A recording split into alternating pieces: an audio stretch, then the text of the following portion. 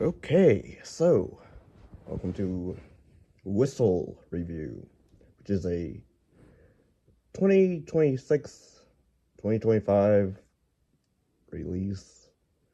Stars Daphne Keene, Sophie Nestle, Percy Hines White. Nick Frost is the teacher.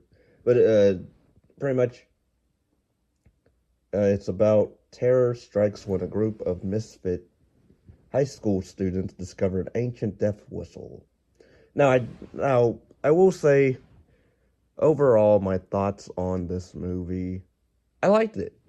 I did. I didn't think it was anything outstanding or anything, but it was decent for what it was. It's a gimmick film, Final Destination type, where characters have to try to figure out this not really curse, but well, I guess you could call it a curse, a death curse, but it's pretty much they have to figure out how to survive their own deaths, embodied forms, if that makes sense. Um, the characters, Daphne Keene's character, Chris, she is a recovering drug addict, sorta, I guess. Her dad died in a car wreck, and so she survived.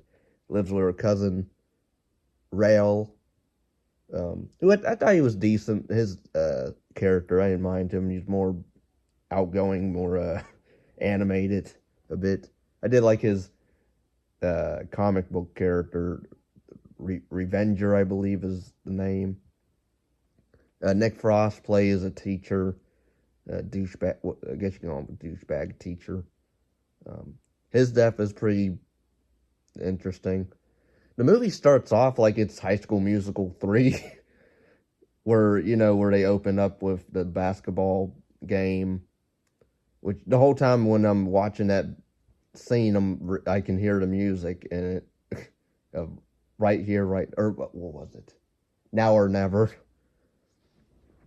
Um, all you needed was the Gabriella or some chick to come out of woodwork in the audience and sing to the dude. Well, I guess you had the demon or whatever do that to him. So I guess they kind of did copy from that movie opening, because he does stop in slow motion, and you know a person does distract him for a minute, and then of course he wins the title. Of course he wins the championship for his team. He runs off into the lockers, and at first I was really underwhelmed by the design of the entity, because I thought, oh, I hope it's not going to be this charred, burned up, entity thing, humanoid, whatever. But no, it's uh, more than that, which was interesting. I will say, there's movies like again, Final Destination, Terror Card, or Tarot. What's that name? What's that movie with the Tarot, which a lot of people seem to hate. I don't understand why. I thought it was decent. I actually like the effects in it. Some of the character decisions are stupid. Overall, it was fine. Um, I would defend that film. This movie, it does have some elements of other films, Flatliners a bit. Even Nightmare on Elm Street Part 2. I'm not talking about the gay stuff. I'm talking about there's a scene with, granted, it's not as, I'll say it's probably more gorier than that scene, but a bit. But I would say I like that scene more in that movie. But the look of the kill with the character here, I thought was decent. The only reason I bring that movie up is because the scene is a character stuck in his room, and his parents are trying to get in, and he won't let them in, and they can hear stuff going on in his room, such as with uh, what's his name, Rod, or not Rod, sorry, Grady. But yeah, overall, like the movie, I thought was fine. It's good, good kills for overall. Again, the one kill I thought was decent with the black guy, the jock, which I did like. Also, they don't really go a whole. I wish they would have made his character more likable though, because he's basically a douchebag throughout the movie. The rest of the movie, when we first meet him, which then you're like, why is this girl Grace with him if like she? But then it's like, well, I guess she's probably just as bad. But then she acts all kind and generous to the new girl. So then I'm like, whatever.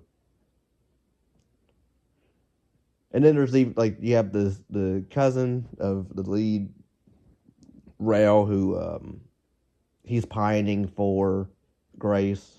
She even tells him, "Oh, you're a nice guy, but like you're a really really nice guy, but yeah, you'll make somebody else happy, not me." But then I'm like, again, like, he seems more decent than the other dude.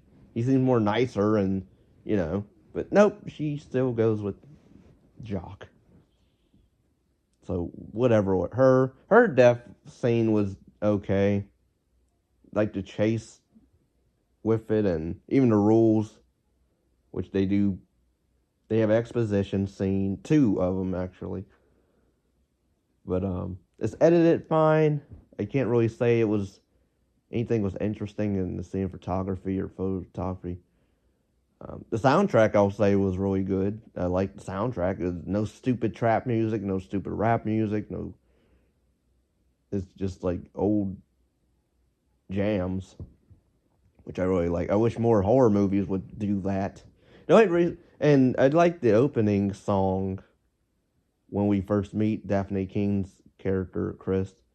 It's the song from Elm Street 4 where I can never get this girl's name pronounced right. Christian or Kirsten, where she's driving and you have the scene, the shot of her driving to Alice's house. And you have that song playing. We're living in desperate times and whatever. I like that song. I never heard the full song. So when they played a lot of it here, I was kind of, oh, okay. 'Cause I'm not used to the whole song. But yeah, and then you have the preacher's son selling drugs at one point, which whatever. And then you think he's maybe gonna change, but then no, he doesn't change his ways by the end. Which then I'm like, and he doesn't seem to be remorseful for the fact that he caused the death of a student that who he sold drugs to. So then, like, there's a loophole in this where if you put your blood on somebody else, then the your death will not be as speed up or sped up as fast. It'll go. It's sort of like It Follows in a way. So I wish, Rail actually went through with the whole transferring instead.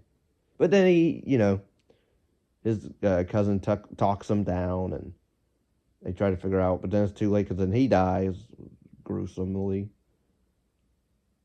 Also, with some of these deaths, you know, such as with the old age Grace death or Rail's death, where we see snippets of his death where he's supposed to be in a machine, I guess a meat grinder or something. But that scene, the girls are not covered in blood, which I thought was interesting. They left that part out. Like, we're gonna just, even though he's bleeding and getting shot with blood all over, we're gonna, and then he will explode, but the blood will not touch you, girl, so you'll be okay. So I thought that was kind of missed continuity, if you ask me. Like, they would be covered in blood, especially where they were standing. Like, the blood exploded pretty close to them, so it seemed like, But nope. I did like the ending. I mean, it's not a downbeat ending, so I'll give the movie points for that because it's refreshing. The acting, Daphne Keane, from Deadpool than Wolverine or X-23, or I mean Logan. She was fine in this. Like, she's not really expressive in this, and she's playing more of a monotone loner, emo chick type. Now her love interest Ellie, I thought she was probably decent, more decent acting wise. Um, I will say the cousin Sky Yang who plays Rail. I thought he was good too. He was animated as well. I liked him. You can sort of understand where he's coming from mindset anyway. At least I did. Um, but yeah, overall I like the film. I don't know what's really else to say about it. It did film a bit tame with at first I thought because it takes place in a high school with a high school student, so you assume it's going to be PG-13, which I thought it was. And then with the gore in this, I'm like, oh, okay, it's R, and it's not really that long, which was nice. Didn't stay at welcome out too long. So yeah, I do recommend it if you're a fan of Daphne Keene, or gimmick films such as It Follows with a bit of a different twist on it. Um, yeah, if anybody's interested in paid requests such as movie reviews, commentaries, reaction videos, my thoughts on whatever rankings, PayPal down below in the description or Patreon. Um, like, comment, subscribe, and share. Peace and love.